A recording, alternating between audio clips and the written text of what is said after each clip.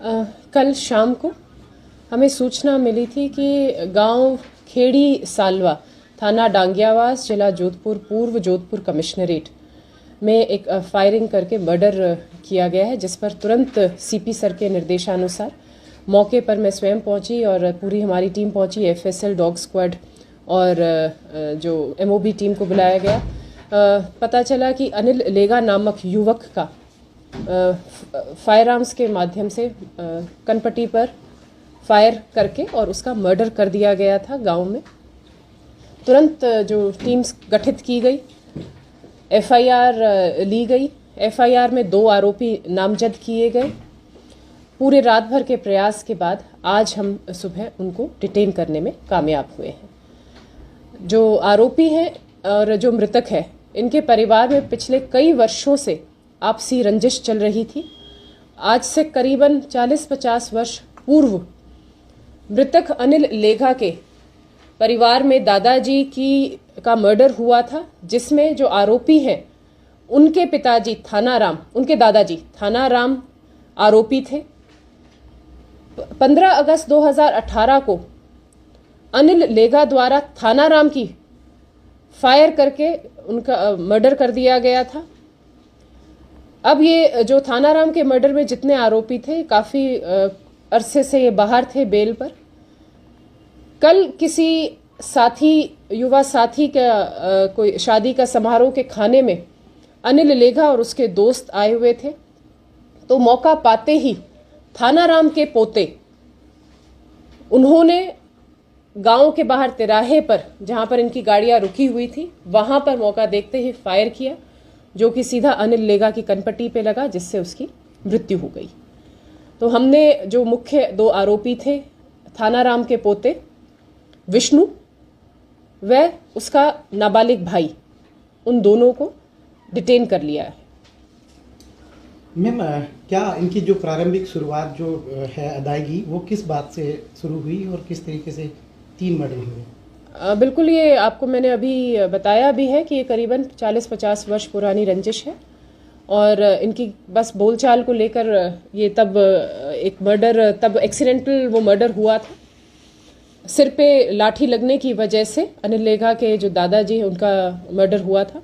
उसके बाद उसी रंजिश को लेते हुए 2018 में अनिल लेगा ने फायर करके और थानाराम की हत्या की, और उसी क्रम में कल थानाराम के पोतों ने अनिल लेगा की हत्या की। अनिल लेगा की आपराधिक पृष्ठभूमि रही है, उसके विरुद्ध विभिन्न थानों में जोधपुर ग्रामीण में करीबन 9 मुकदमे दर्ज हैं, जिसमें कि 302, 3 मुकदमे 307 के और एनडीपीएस के मामले भी हैं। ये थानाराम के पोते भी आपराधिक रिकॉर्ड है इनका? नहीं, उनका कोई आपराधिक रिकॉर्ड नहीं है। मैडम, लाठी से शुरू हुई बात अब बंदूक तक आ गई है। क्या लगता है कि जेल के अंदर परिवारजनों को या जो मुलजिम है उनको कोई ऐसी एजुकेशन दी गई, जेल में सुधार के लिए भेजा जाता है? क्या सुधार की कोई कार्रवाई हुई या आगे पुलिस कोई कार्रवाई करेगी इस विषय में? देखिएगा, जेल में हमेशा एक ही करेक्शनल फैसिलिटी है और काफ़ी नवाचार भी किए जाते हैं जेल में, किंतु बाहर आने के बाद फिर वो आपराधिक पृष्ठभूमि से जुड़ जाते हैं अपराधी। इसके लिए लगातार जो जेल अपना विभाग है वो भी प्रयासरत है, और पुलिस भी अब जैसे अब ये हुई है, फायरिंग हुई है, और इसमें जो दोनों पक्षों का एक बिल्कुल खुल के जो रंजिश है वो सामने आई है, तो उस पर हम बिल्कुल इस चीज़ में ध्यान रखेंगे कि कभी कोई आगे इस तरह की घटना नहीं। अधिकाधिक जो इसमें कार्रवाई होगी, दबिश दी जाएंगी सभी जगह पे, ताकि जो अवैध हथियार है उन पर हम कार्रवाई कर सकें। और अगर कोई इस तरह का लगातार जो हमारी प्रेजेंस है गांव में, बीट कांस्टेबल, बीट प्रभारी के माध्यम से ज़रूर हो, आसूचना आकलन, हमारा जो आसूचना संकलन है उसको और ज़्यादा हम मजबूत बनाएंगे। 2 जनों को नामजद किया गया था, क्या दोनों उन्हीं को पकड़ा गया? बिल्कुल, दोनों जो स्वचालित था मैडम, देसी कट्टाधार कहाँ से लाया, कितने? उसके अभी वो अनुसंधान में हमें पता चलेगा। अभी जैर अनुसंधान है, तफ्तीश, अभी उनसे डिटेल में पूछताछ के बाद और वो सब चीजें आपके सामने आ जाएंगी। दोस्तों के पास भी हथियार थे जो गाड़ी में? सूत्र बताते उनके पास भी हथियार थे। देखिएगा, हमें अभी मौके से हमें एफएसएल टीम से 4 खाली केस प्राप्त हुए हैं, और अभी एफएसएल पूरी डिटेल, क्योंकि खुला और गांव का जो है खेत आसपास है रोड के, तो भी पूरी डिटेल और सर्च कर रही है।